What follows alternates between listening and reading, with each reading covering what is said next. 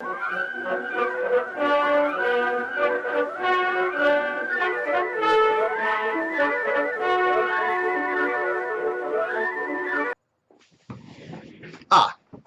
there you are.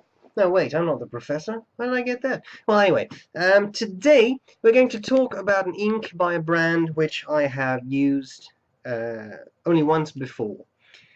My first bottled ink, the first ink I ever bought, was by the same brand, and that brand is Caran.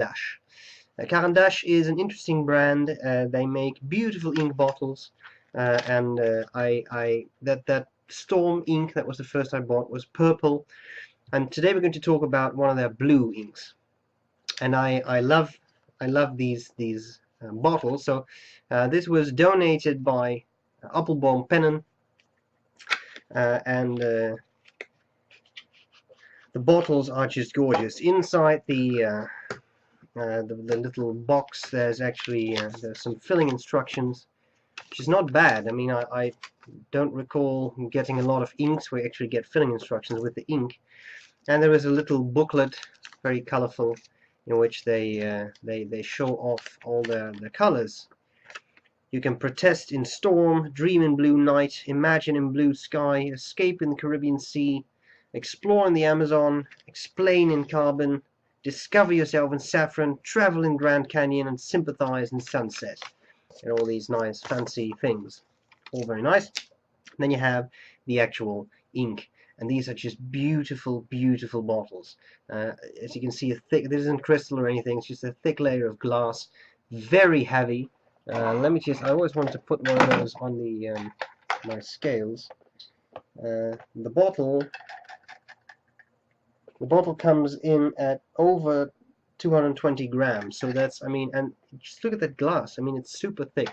Now the problem is this: although I love the bottle, it is extremely impractical. Look at how shallow a layer of ink you've got. So once this starts to run dry, and it's already, I mean, I have been using this quite a bit to try it out. I'm not sure how well you can see this, but the ink level is only about up to that point. If you have a pen that has a larger nib, say a Mont Blanc pen,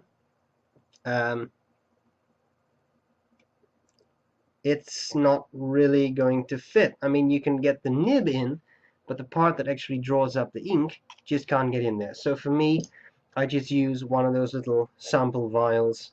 They hold, I think, 6 milliliters, but I put about 5 milliliters in there, and then you have enough space for the ink level to rise when you dip your pen in, and then I fill it directly from this. Okay, having said that, I just love the bottles, and when these are empty, they're great to put in a cupboard or something just because they're so pretty. So that's really nice. You also get this hexagonally shaped cap, which I like. That sort of returns in the box. You see that? So pretty cool. I think that as ink bottles go, and they are very nice. And I think they're now discontinued or something. Whatever. This is a blue ink, as you can see, very blue. Blue is great, I think, in an office setting or something like that. I don't use blue inks a whole lot. I think they are a little bit boring, but they definitely have their place. I mean, they're very neutral colors, especially this sort of washable blue color. I think most people have an idea of what I mean by that. And that does really work well in specific situations. So that's what we're going to talk about today. And, well, that's all there's to it.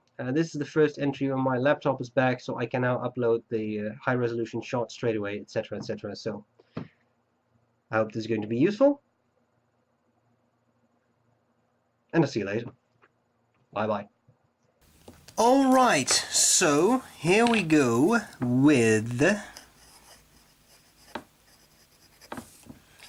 Caran d'Ache. Blue sky. Wow, that was a big ink drop. Interesting. I'm just wiping off the nib here a bit. Okay, let's start with some fine writing.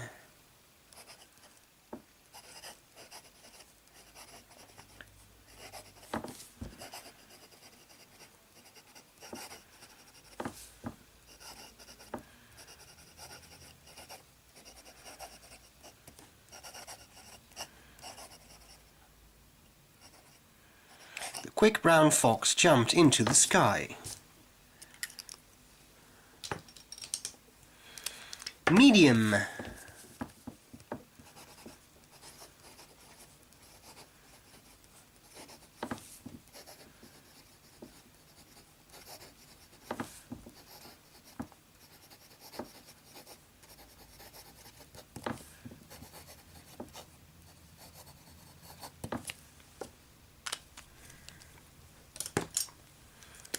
Broad.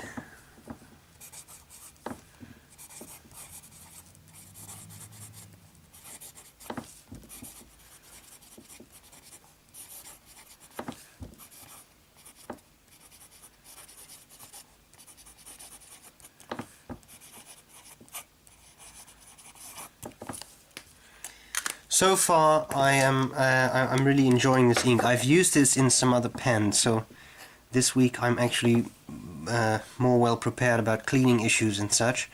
I have found this to be a very pleasant ink to use. It flows very well.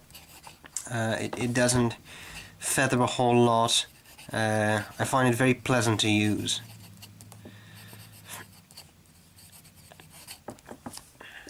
Okay, and then finally let's see if we can flex a bit.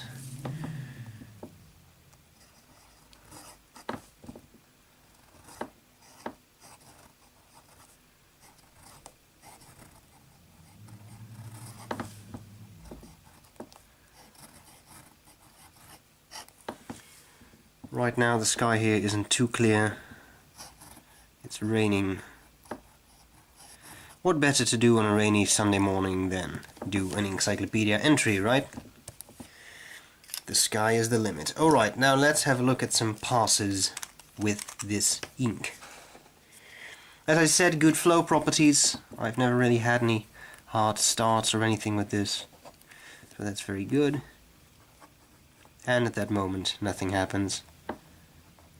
Well, well, well.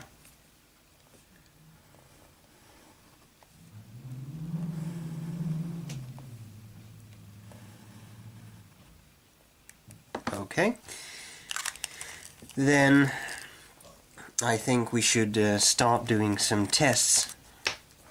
Let's first start with some big lettering.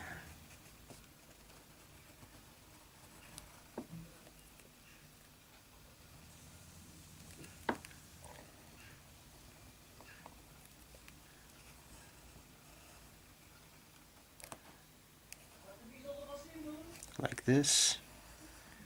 Alright.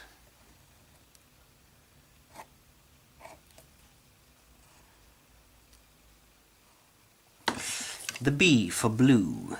Oh, is that a B? Yes, that is in fact a B. Okay, and then I want to do some normal writing with a medium nib.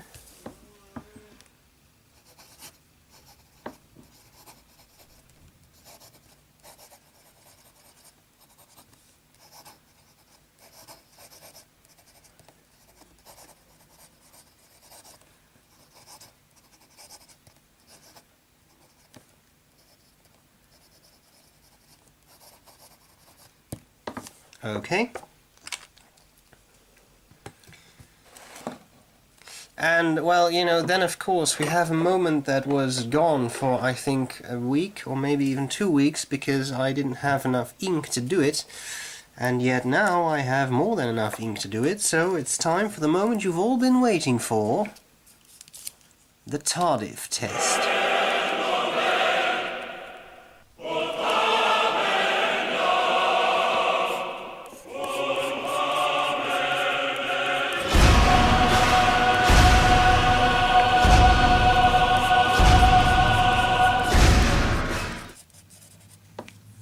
Okay, and of course the Tardif test has to be accompanied by what has become affectionately known as the brown benchmark.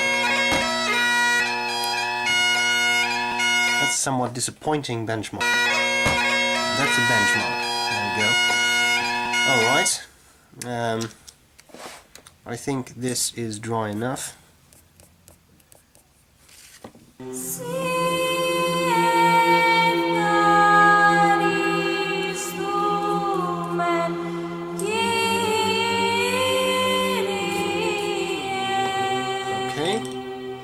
Okay, so what have we got up to this point? We have an ink that seems to flow well.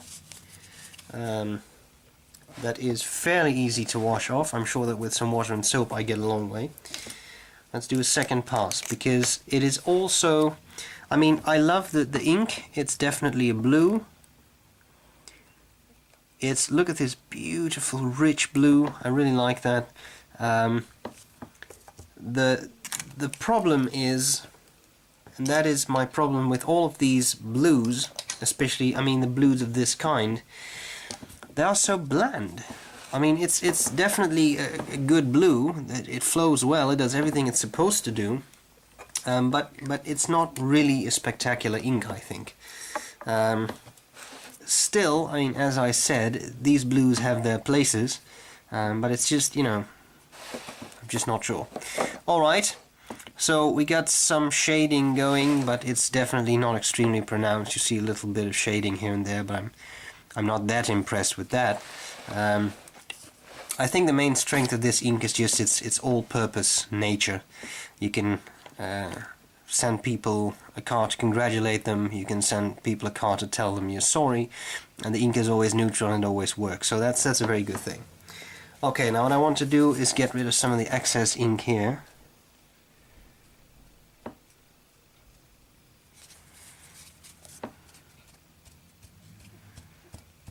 That seems to be dry. And then I think we need to have a look at the eyedropper of death.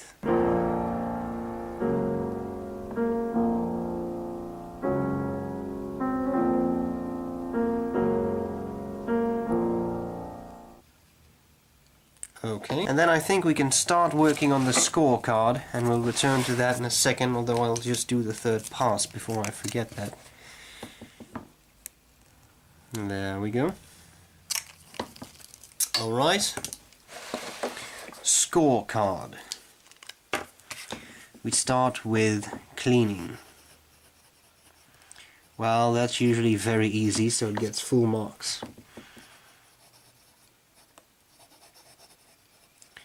Bleed through, yes, that is something we'll have to check out later. The color, that is a blue. Then we have shading. Well, shading doesn't seem to be too excessive. I'll give that a middle score, because at least, I mean, there is some, I think we'll all agree that there is some shading going on here, but it's just not that spectacular, so it's okay.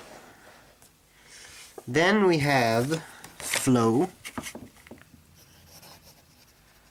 Well, flow is excellent.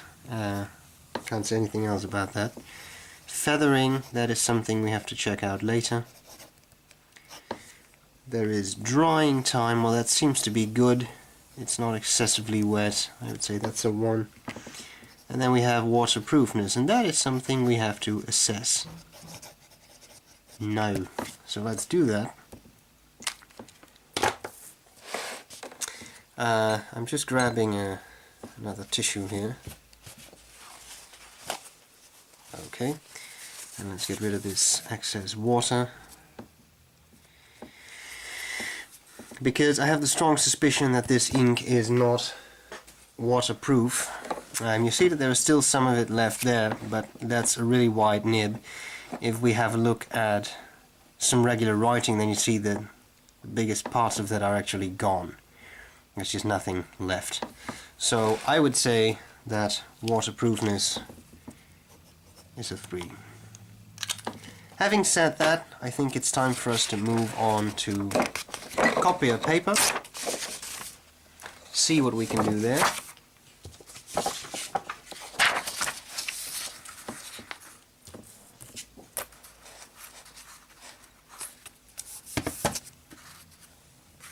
And we shall start with a fine nib.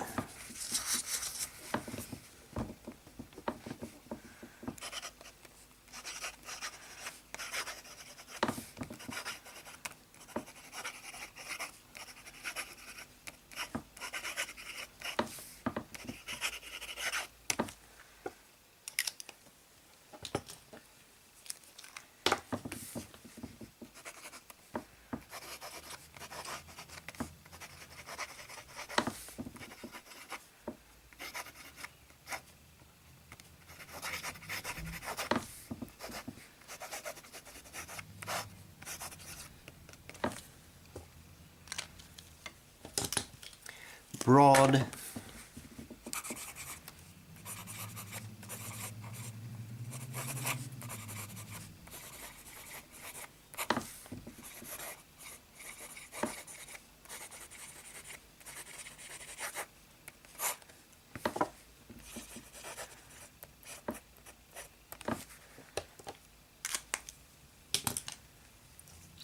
Metallic.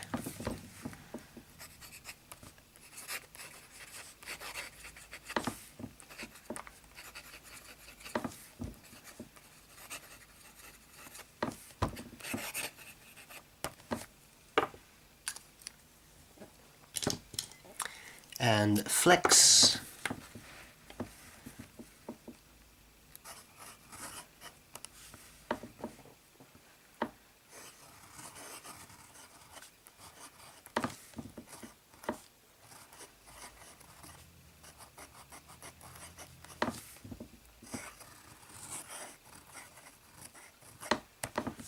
Okay.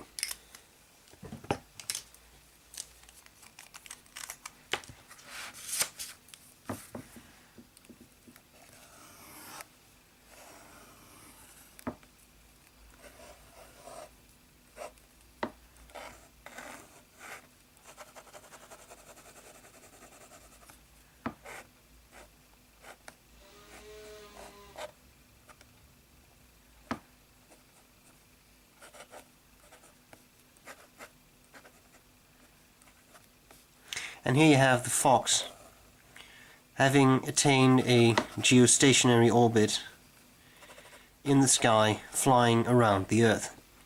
I cannot draw. If I could draw, I would have become an artist. I am not an artist, therefore I cannot draw. See whether that is a logically valid statement.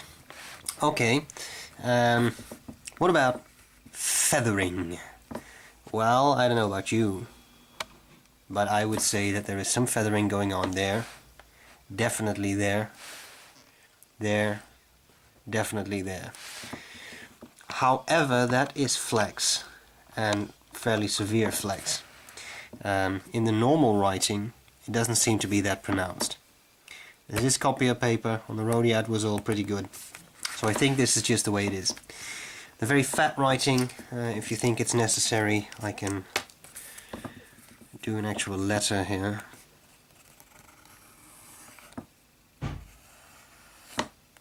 But I don't think that's going to change anything. It just doesn't really seem to feather in that really wide nib. So that's actually a good thing, I suppose. Bleed through? Well, definitely present. It already starts with the broad. Quite a couple of points of bleed through, as you can see. Italic has a few of them. Flex has a lot of them. Really broad nib has many of them. Fine and medium seem to be okay, although even with medium you see a few spots. So this is a little bit prone to bleed through, I would say. Of course, with the Rhodia things are a bit different, as always. But yeah, 3 passes, brown benchmark. In general, I would say it's as always, bleed through depends on the paper as much as the ink. But it is not one of those super well behaved inks that just do not bleed through no matter what you put them in. So I would say bleed through is a 2, middle score, and feathering I've seen worse, I've seen better too, that's a middle score too. So what we have is 1, 3, 5, 6, 8, 9, and 3 is 12.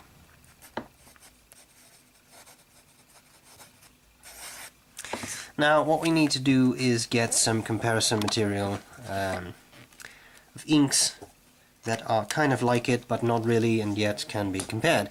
So what we have today I have 2 for you.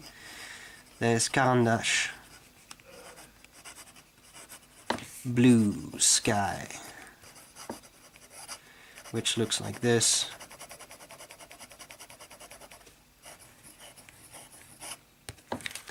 Then there is a very good ink that I often recommend to people, and that is very, very well behaved, and that is Waterman, Florida, now known as Serenité or Serenity, except no one really uses those names. There is a reason I call that the Boy Scout of ink. It is super well behaved, easy to clean, very hard to make it feather. There is an Inkcyclopedia entry on this ink should you be interested. I think it's very nice. As you can see, it's possibly a little bit darker than the Caran d'Ache ink, although this was with a fairly dry flex nib. If you put that in a somewhat wetter pen, I think you'll see that the difference is not that great. And then there is one further ink which I'd like to show you. I happen to have that in another pen at the moment, so not a true flex pen, and that ink is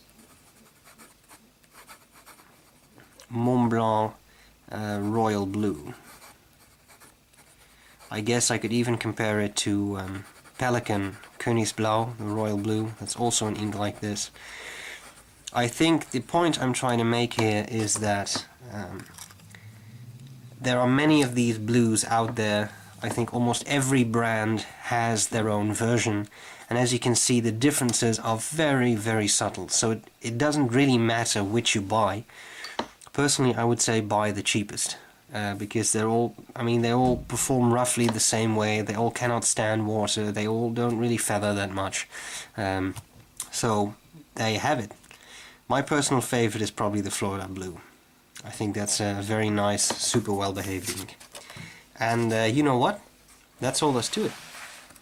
So here we have it, an Inkcyclopedia entry for Caran d'Ache Blue Sky. I hope this was useful, and I'll see you later.